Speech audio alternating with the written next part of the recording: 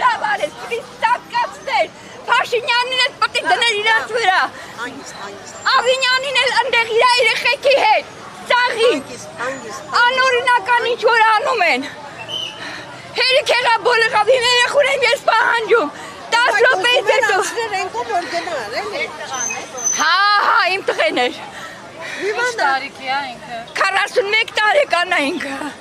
թող հենց հիմա իմ երեխուն բերեն անվտանգ, ես գիտեմ իրանք ընդեղ ծեծելու են,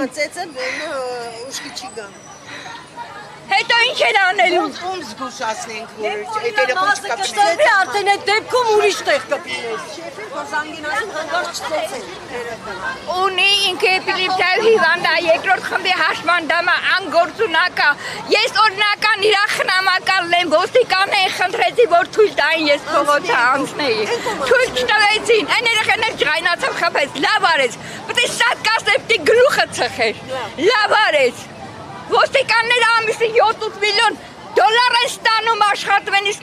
մեր քամբախտները ձեռներիցս վերցնում տուն չեն տալիս, քցում են փողոցները, հերիք եղավ։ Ձեր երեխան խնդիրներ ուներ առողջական։ Ուներ։ շատ վաղուց, 10 տարեկան։ 10 տարեկանից ինքը հիվանդ է։ Խնդրում եմ, աղաչում եմ ձեր միջոցով իմ երեխուն հետ պահանջեք։ Որ խփեն չի վերականգնում։ Գիտեք ինչքան ուժ է, ինչքան տանջանք է կրել, որ մի քիչ ոտքի է կանգնացնել, որ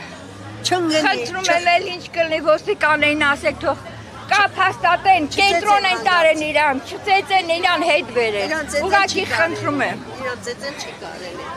Գլուխը վիրահատած է, բանա դրած։ Պլաստմասա է դրած գլխի։ 2 անգամ ավտովթարի է ենթարկվել։